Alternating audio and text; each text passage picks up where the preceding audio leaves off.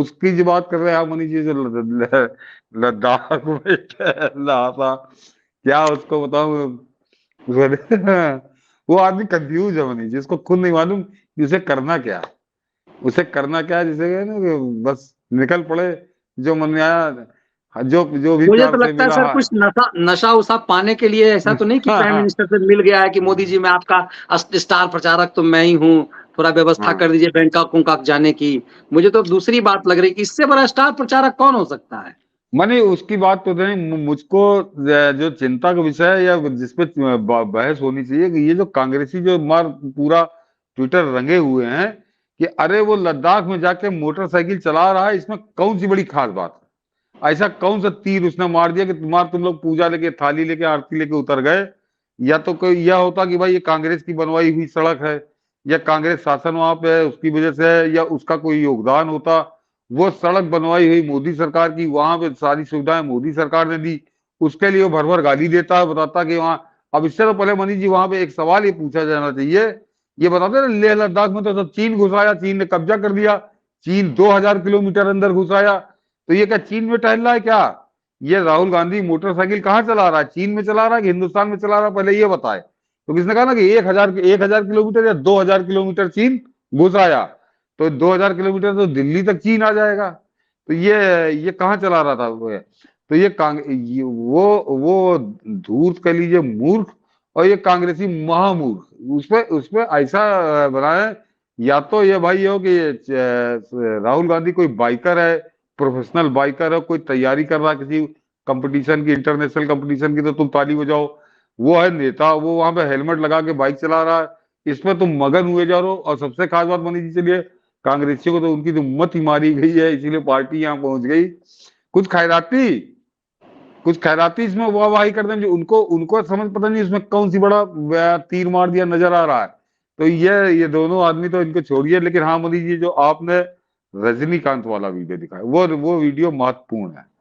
वो वीडियो महत्वपूर्ण है, क्योंकि दर्शकों को कहूंगा कि आप, एक प्रधानमंत्री मोदी को छोड़कर, आपने रजनीकांत को किसी मुख्यमंत्री के दरवाजे नहीं देखा होगा।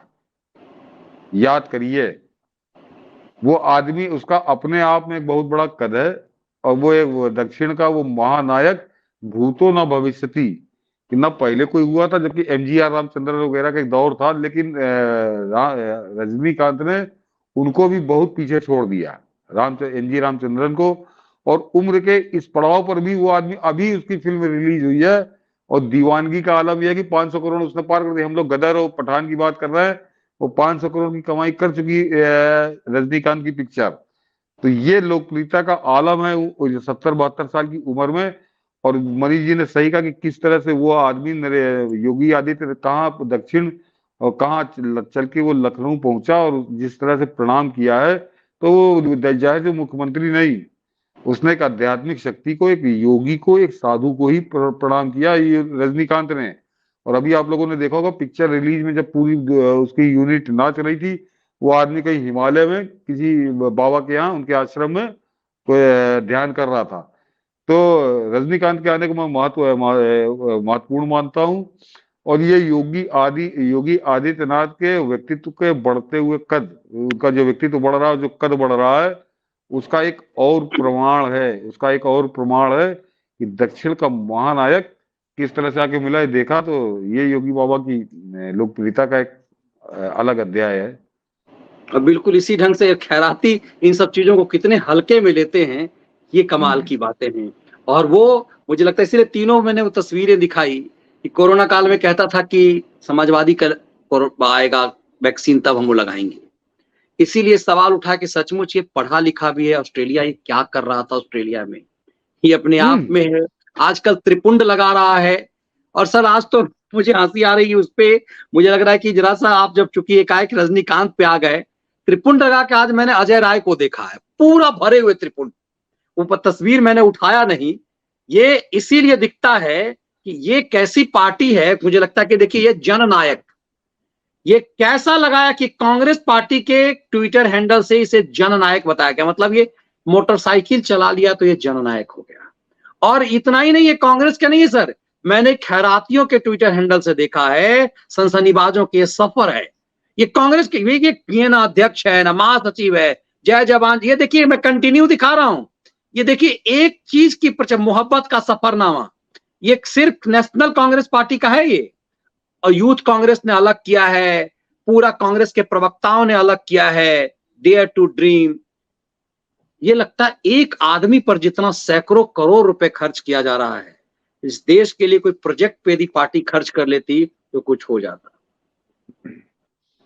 नहीं तो मैंने आपसे उस दिन कहा भी था कि जब जितना कांग्रेस की गर्त में जाती है, कांग्रेस का और ज्यादा स्याही पुतती है, तो ये जो खैराती हैं ये बड़े प्रसन्न होते हैं कि चलो अब इनसे फीस बढ़ाएंगे कि तुम्हारा तुम्हारा प्रचार करना बहुत कठिन काम है, बहुत गाली खानी पड़ती है, फीस हमारी बढ़ाओ। तो 2024 तक जैसे जैसे कांग्रेस डूबेगी वैसे वैसे इनकी ये कमाई बढ़ेगी, इनकी रकम बढ़ेगी, तो वो तो प्रसन्न होते हैं, वो तो प्रसन्न होते हैं। बाकी कांग्रेसियों के लिए क्या कहूँ, तो बता दीजिए कि जो बाइकर है उसके उसके पीछे वो ढोल बजा रहे हैं, उसमें कौन, मतलब उसमें क्या ऐसी कोई खास बात है, विशेषता मेरी समझ में नहीं आई। ठीक है गया घूमने, वो तो मौज लेते ही है, कभी थाईलैंड में लेता है, कभी सिंगापुर में लेता है, कभी किसी अज्ञात स्थान पे लेता है, अब केवल लेह लद्दाख चला गया। उससे सवाल तो केवल इतना ही पूछा जाना चाहिए, ये मोटरसाइकिल तुम इंडिया में चला रहे थे कि चीन में चला रहे थे, ये बताएं कांग्रेसी, ये सब ना बताएं। क्योंकि चीन, इनके हिसाब से तो चीन घुस आया, लेह लद्दाख सब कब्जा कर लिया, तो सर राहुल गांधी साइकिल कहाँ चला रहा था, ये मोटरसाइकिल। तो ये बताएं कांग्रेसी, बाकी तो सब क्या कहूँ।